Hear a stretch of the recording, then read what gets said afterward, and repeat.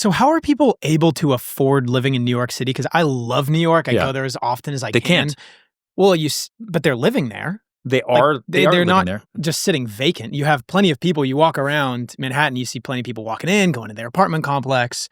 A lot of it's sacrifice. I don't know what the debt to income ratio is in, let's say, like greater Las Vegas, but most people live paycheck to paycheck in New York City, even at the luxury level. Like they save very, very little because the quality of living is so high and the cost of living is so high. At the luxury level, why would they not just go down a notch to be at like the sub-luxury level to be able to save a little bit of money? Or is this just like a character? Are we talking life like is short? We're talking like $3-4 million condos? Yeah, people will live, like we have clients who, when they have a budget, right? So they have $700,000 that they've saved already for renting that they want to put down on a down payment. And then we have to sit there and talk to them and like, okay, so after the 700 goes into the down payment, because you're going to put 25% down, let's say, what do you have left? Because we have to have reserves to get your loan. You're going to have your monthly payment over and over. What if something happens, anything? And they're like, oh, well, it's fine. I'll just make more money. Like there's this idea that it's fine, I'll make more money. Or you can have alternative streams of income that I think is new, right? That's that's a new feeling that people have, not just at the $500,000 to $800,000 level, but at, like you said, the $3, $4, and $5 million level. It's okay. I'll figure it out. I can always just make more money. And people don't want to live below their means. No, not everybody's this guy, right? Like people. I imagine you live below your means. I don't know if I live. I mean, I could definitely spend a lot more, but I spend a lot of money to survive and to live in New York City. On your wrist. I've had this for a long time. But I don't look at this as an expense. I look at this as an investment. Every watch I've ever bought, which is not that many, is worth way more now than what I paid for it, right? So I do look at certain things like as investments that way.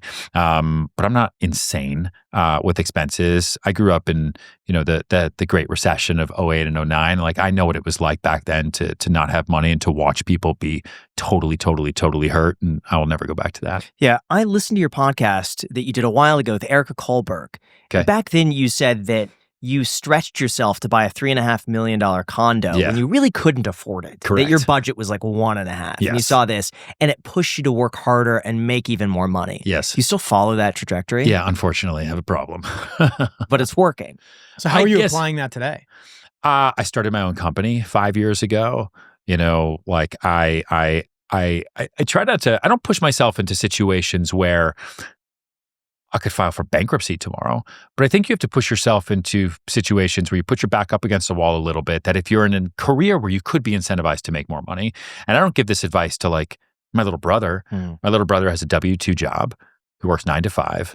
I guess he could do some nighttime investing. He could do what some of my other friends do. He could be crypto trading. Like he could have a weekend job, sure, to always make more money, but then his quality of life and his focus would be incredibly fractionalized, both from like a mental health point of view and actually like a physical labor standpoint. So I don't do that. I think when you're in sales, your fate is what you make of it, right? You just have to make 10 extra phone calls. You can make 10 extra appointments. I could work 7 days a week.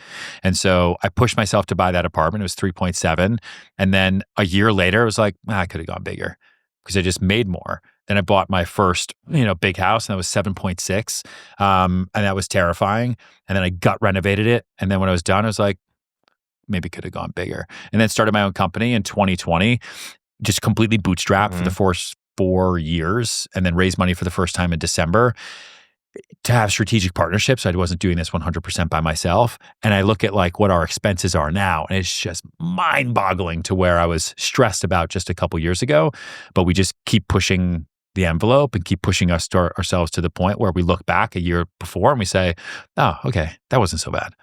And it's worked so well for me anyway. So how has the market changed for you since 2020? There's a far bigger, I'd say, emphasis on thinking globally than thinking hyper locally. Like pre-2020, when I was just in New York, like I would have no need to sell anywhere else. Right? Like you have billions of dollars of real estate to trade in a 3-block radius. Like you don't have to go anywhere else. You never have to get in a car. You never have to travel. But since 2020, the market has become globally influenced. And if you match that with hyper local excellence, you can actually do so much more in so many places. Like I'm in Vegas today because we're opening our first Vegas location, like literally today. It's my 14th state. In 2020, if you had told me one day you'd be coming to Vegas, not just to do your awesome podcast, but to open a market, I would have said, really? Like, what does that even mean? Why would we do that? And so that's one way the market has changed. And then also, what is money anymore? Like the amount of trades we've done now on the residential side for over $100 million is crazy town.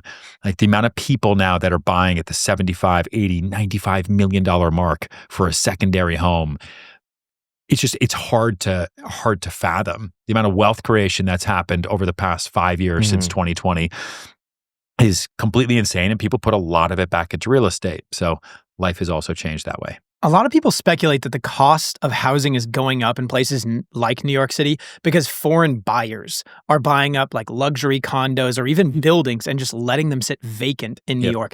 A lot of people think that. Would you say that that is fact, or that's just like a made-up story? Categorically false.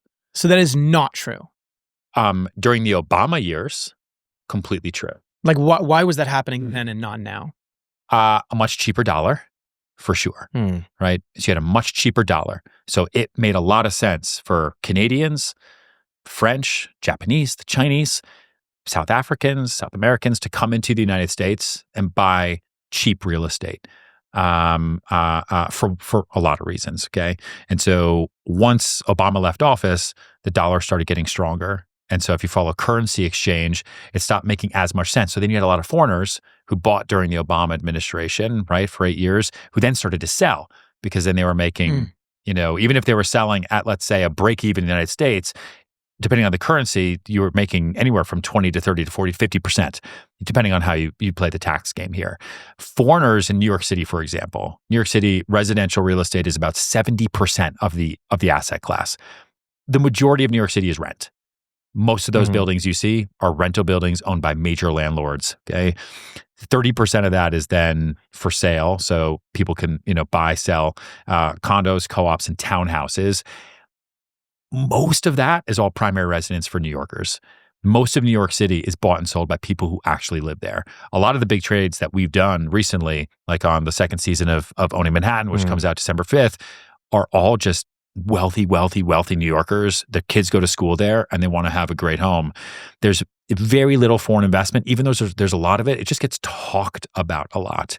And then it's the domestic U.S. purchasers and the New Yorkers who also just have other homes who leave them vacant or who keep the lights off at night.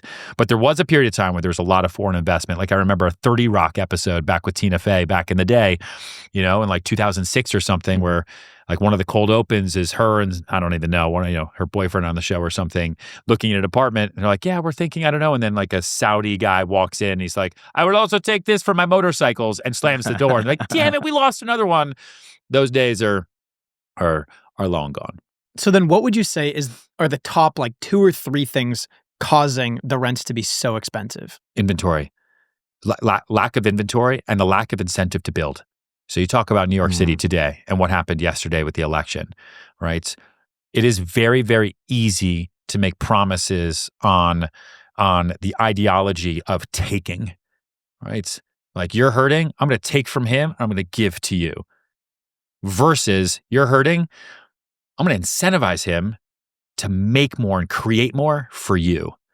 That just doesn't sound as great because when you're angry, you want people to be punished.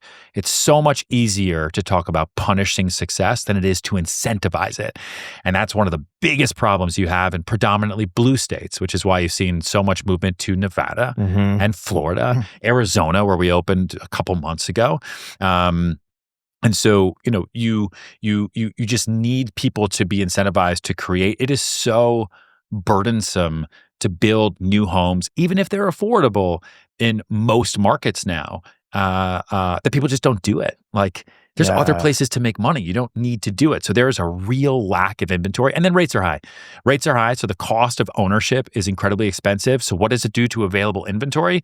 It makes it more expensive. If you've ever been denied a car loan, credit card, or even an apartment because of what's on your credit report, you are not alone. Most people don't even know what's hurting their credit score, let alone how to fix it. That is exactly where our sponsor DisputeBeast comes in. It's an AI-powered platform that helps you find and remove outdated or inaccurate items from your credit report fast. We're talking things like late payments, old accounts and collections, or even accounts that don't belong to you. Not to mention, how it works is super easy. You connect your credit report and DisputeBeast scans it for negative marks that could be dragging down your score. Then it generates custom dispute letters tailored for your situation, no templates and no guesswork. You could choose to just download the data and send it to the agencies yourself, or you can use their built-in mail service where they will literally handle everything for you. It's honestly just really clean and simple to use, and it's built by experts. So if you're ready to take back control of your credit, go to disputebeast.com/ICH today. There's also a link down below in the description, disputebeast.com/ICH. Guys, they will literally handle everything for you.